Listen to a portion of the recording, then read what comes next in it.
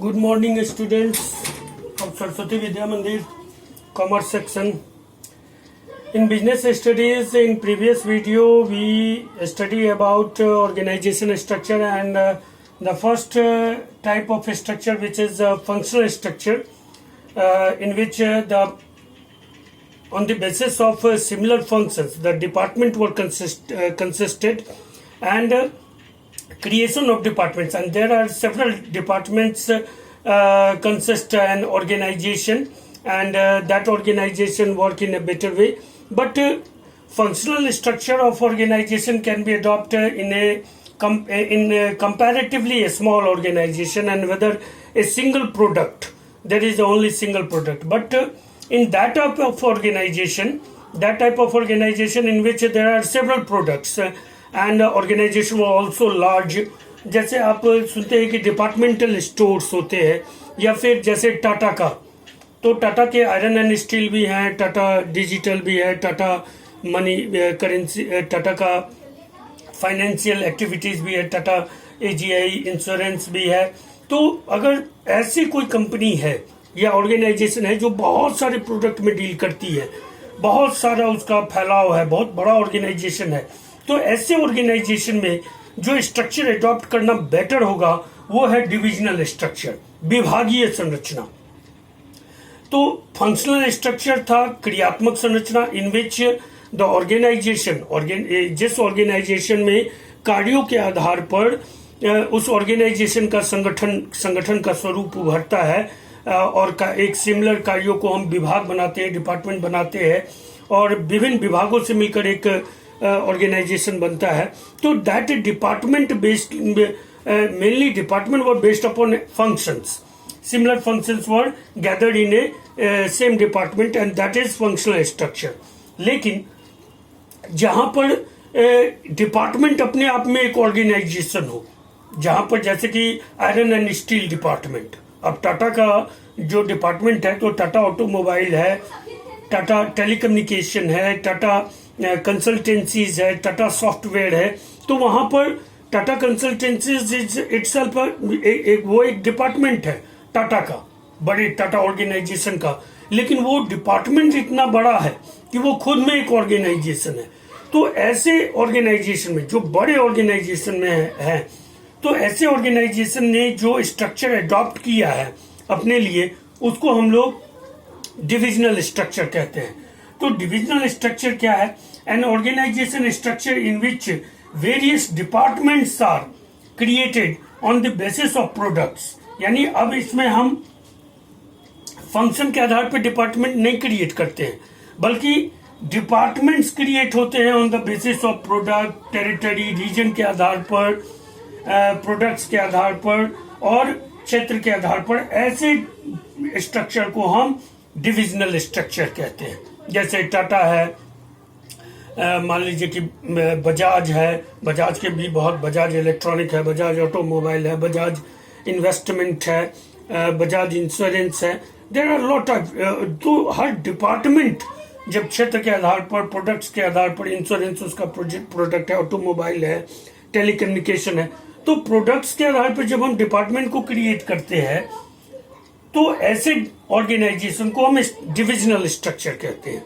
Generally ये अब बात क्लियर है कि डिविजनल स्ट्रक्चर ये is adopted by a big organisation in which every department stand as an individual organisation, and under that department there are several departments further. तो ऐसे organisation को हम डिविजनल स्ट्रक्चर कहते हैं. अब जैसे कि इसको एक एग्जांपल से अगर हम दिखाएं, तो जैसे मान लीजिए कोई बड़ा ऑर्गेनाइजेशन है, जैसे हम टाटा को ही ले लें, तो टाटा का एक मैनेजिंग डायरेक्टर है, मान लीजिए रतन टाटा है. अब इस टाटा के बहुत सारे प्रोडक्ट हैं, जैसे टाटा कॉस्मेटिक है, Tata footwear, Tata medicine, Tata garments, Tata skin care, और फिर तो ये इसके अलग अलग डिपार्टमेंट्स हो गए on the basis of their products. और फिर अब हर डिपार्टमेंट का फिर अपना सेवरल डिपार्टमेंट्स है, जैसे हम लोग फंक्शन हो गए, तो हर डिपार्टमेंट, पहले तो हमने डिपार्टमेंट क्रिएट किया on the basis of products, क्योंकि बड़े ऑर्गेनाइजेशन है, एक टाटा के बहुत सारे हैं, Tata cosmetic, Tata footwear, Tata medicine, Tata garments, Tata skin care. और फिर एक प्रोडक्ट जो प्रोड्यूस करता है, जो ऑर्गेनाइजेशन, उसका जो डिपार्टमेंट, वो अपने आप में इतना बड़ा है कि फिर उसके अंतर्गत फर्दर वर्क बेसिस पे, फंक्शन बेसिस पे फिर सेवरल डिपार्टमेंट्स है। जैसे अगर हम बात कर ले कि यहाँ पे टाटा गारमेंट्स है, फिर टाटा गारमेंट्स के फिर उसके अलग अलग डिपार्टमेंट्स होंगे, human resource, marketing, research and development, purchasing. इसी तरह से फिर कॉस्मेटिक के भी उसके अलग अलग होंगे, human resource, marketing, research and development, purchasing, advertisement, transporting, that's all several departments. तो एक बड़ा, जैसे हमने कहा ना कि जैसे भारत सरकार है, तो भारत सरकार के अंतर्गत बहुत सारे राज्य सरकार हैं, और फिर राज्य सरकारों का भी, जैसे भारत सरकार का भी अपना उड्डयन मंत्रालय होता है, सिविल एविएशन डिपार्टमेंट होता है, रक्षा मंत्रालय होता है, उसका अपना गृह मंत्रालय है, सब कुछ है। फिर स्टेट में भी आप देखते हैं कि स्टेट के भी, राज्यों के भी फिर अपने होम मिनिस्ट्री होते हैं, फिर उनके अपने एविएशन डिपार्टमेंट होते हैं, उनके अपने मेडिकल डिपार्टमेंट होते हैं, सभी डिपार्टमेंट होते हैं। तो सेम एज डिविजनल स्ट्रक्चर जो है, ये भारत जितने बड़े ऑर्गेनाइजेशन, भारत जैसा देश है, तो वो यहाँ पे भारत का जो ऑर्गेनाइजेशन, अगर भारत को हम एक ऑर्गेनाइजेशन के रूप में ट्रीट करें, तो इसका स्ट्रक्चर डिविजनल स्ट्रक्चर है। तो इसके बहुत सारे जो स्टेट हैं, those states were departments, but departments were as large कि फिर उनके अंतर्गत फिर सेवरल डिपार्टमेंट्स हैं to perform their duties and achieving goals. तो ये फिर ये डिपार्टमेंट्स, यानी उन डिपार्टमेंट्स जो प्रोडक्ट के आधार पे हमने डिपार्टमेंट्स क्रिएट किए, उन डिपार्टमेंट्स के जो फिर फर्दर डिपार्टमेंट्स होते हैं, वो फिर फंक्शनल स्ट्रक्चर के आधार पर उनको तय किए जाते हैं। तो ये है डिविजनल स्ट्रक्चर का स्वरूप। इसमें सबसे बड़ी बात है कि इसकी सुटेबिलिटी जो है, ये बहुत बड़े ऑर्गेनाइजेशन के लिए है। एक दूसरा, इसकी सुटेबिलिटी ऐसे ऑर्गेनाइजेशन के लिए है जिसमें वेरियस टाइप्स ऑफ प्रोडक्शन हो और विभिन्न क्षेत्रों में हो, बहुत तरह के प्रोडक्ट हो, विभिन्न क्षेत्रों में इनका फैलाव हो, और इनका जो है मैनेजमेंट भी विभिन्न प्रकार का हो। तो ऐसे ऑर्गेनाइजेशन को, वेरी लार्ज ऑर्गेनाइजेशन के लिए इसकी सुटेबिलिटी होती है। सुटेबिलिटी ऑफ डिविजनल स्ट्रक्चर जो होते हैं, वो पहला, organization deals in large variety of products.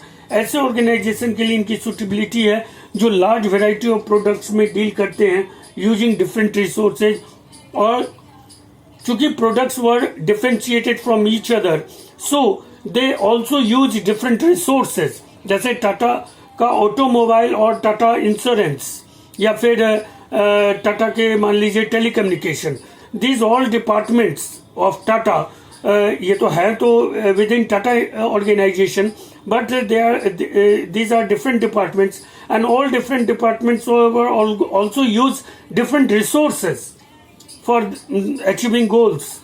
तो ऐसे जो ऑर्गेनाइजेशन होते हैं जिसमें प्रोडक्ट्स, जो ऑर्गेनाइजेशन बहुत लार्ज होते हैं, प्लस जो वैरायटी ऑफ प्रोडक्ट्स में डील करते हैं, और वैरायटी ऑफ प्रोडक्ट्स में केवल डील नहीं करते हैं बल्कि वो डिफरेंट रिसोर्सेज का भी यूज करते हैं। तो ऐसे ऑर्गेनाइजेशन के लिए डिविजनल स्ट्रक्चर जो है वो मोर सुटेबल है। दूसरा है ग्रोथ प्रोस्पेक्ट आर हाई। देखिए, ऐसे ऑर्गेनाइजेशन, चूंकि बड़े ऑर्गेनाइजेशन है तो इनका सर्वाइवल भी बहुत ह्यूज लेवल पे होता है, इनका बेस बहुत बड़ा होता है, और इसके लिए इनके लिए जो है ग्रोथ प्रोस्पेक्ट्स जो होते हैं वो बहुत ज्यादा होते हैं। यानी इनका किसी भी देश के जीडीपी में एक अच्छा खासा कंट्रीब्यूशन होता है, और जिस देश में ये ऑर्गेनाइजेशन होते हैं, that country would not depend for employment generation opportunities on those organizations, but also depends upon a great contribution towards GDP from these organizations. So the growth prospects, इनमें बहुत बड़े पैमाने पर इन्वेस्टमेंट होता है, और लार्ज इनोवेशंस होते हैं, इन्वेस्टमेंट होते हैं, रिसर्च एंड डेवलपमेंट होते हैं। तो ऐसे ऑर्गेनाइजेशन का जो ग्रोथ प्रोस्पेक्ट्स होता है वो बहुत हाई होता है, because it is not a single product organization, it is a multi product organization, variety of products were use, there are huge employment in that type of organization. इनके branches बहुत ज्यादा होते हैं, और इनका फैलाव बहुत ज़्यादा होता है, तो इनके ग्रोथ प्रोस्पेक्ट्स भी बहुत जनरली हाई होंगे। ग्रोथ प्रोस्पेक्ट्स ही हाई नहीं होंगे, बल्कि इनका प्रॉफिट अर्निंग जो कैपेसिटी है वो भी बहुत हाई होगा, क्योंकि इनके सर्वाइवल के लिए, इनके रन के लिए एक बहुत बड़ी मात्रा में पूंजी चाहिए। And that type of organization need to be grow day to day, because without expansion and growth those organization has no future. तो ऐसे ऑर्गेनाइजेशन को किसी भी हालत में इनोवेशन करके, रिसर्च करके, इन्वेस्टमेंट करके ग्रोथ करना ही है, क्योंकि बहुत कुछ इनका दाव पे लगा रहता है। सी है, organisation wants to diversify into different products, और ऐसे organisation always introduce new products, also get enter into new fields, new regions, new products. तो that is always diversifying was always going. तो चूंकि इनके पास इतने बड़ी मात्रा में ह्यूमन रिसोर्स होते हैं, स्पेशलिस्ट लोग होते हैं, इतने बड़ी मात्रा में, और ये in later stage this type of organisation also want to generate that type of resources which can feed up the various products needs of their own organisation. तो ये बहुत बड़े मार्केट के रूप में, अब जैसे टाटा क्लिक आया है, अभी आपको हम ये बात बता दें, ये बात हमारे विभाग निरीक्षक ने हम लोगों को बताई कि आप लोग फ्लिपकार्ट और अमेजोन पे केवल कंसंट्रेट करते हैं। अभी टाटा क्लिक आया है, और टाटा क्लिक में उन्होंने जैसा कि बताया कि इसमें फ्लिपकार्ट और अमेजोन से ज़्यादा वैरायटी आपको उपलब्ध है चुनने के लिए। तो टाटा क्लिक में ऐसे, टाटा जैसा ऑर्गेनाइजेशन जहाँ पे डिविजनल स्ट्रक्चर है, वो टाटा क्लिक में इसलिए इंट्रोड्यूस हुआ क्योंकि अब वो टाटा क्लिक में तो बहुत सारे अपने रेंज के प्रोडक्ट दे सकता है। वो अपना प्रोडक्ट, जैसे Tata automobile, Tata Motors, Tata insurance, Tata के बहुत सारे, टाटा सॉल्ट, टाटा मसाले, टाटा के बहुत सारी चीज़ों, तो to marketise its own product, Tata introduce enter into new field. तो that is the growth prospects, that is the diversified activities. So that type of organization, divisional structure of organization, has a great diversifying capacity into different products and even expand to different territories. तो ऐसे organization always try to expand and growth at large level, also enter into new fields, also innovate new ideas, new products, and also create a channel, a supply channel creation, storage, manufacturing, marketing, branding, advertising. These all are fields which came under divisional structure, and thus divisional structure is adopted by a big जैसे Larsen and Toubro है, या फिर Ambani group of companies हैं, या Adani group of companies हैं। That is divisional structure, and divisional structure need to be diversify every time, because they need to be diversified, because their channels were so enlarged, their supply were so fulfilled. तो एक दूसरे से they are connected, and due to this they have to be expand themselves, diversified themselves into different products and also in different territory and regions. So I hope that you all understand the divisional structure and by which organization divisional structure should be adopted and what is the structure of divisional structure.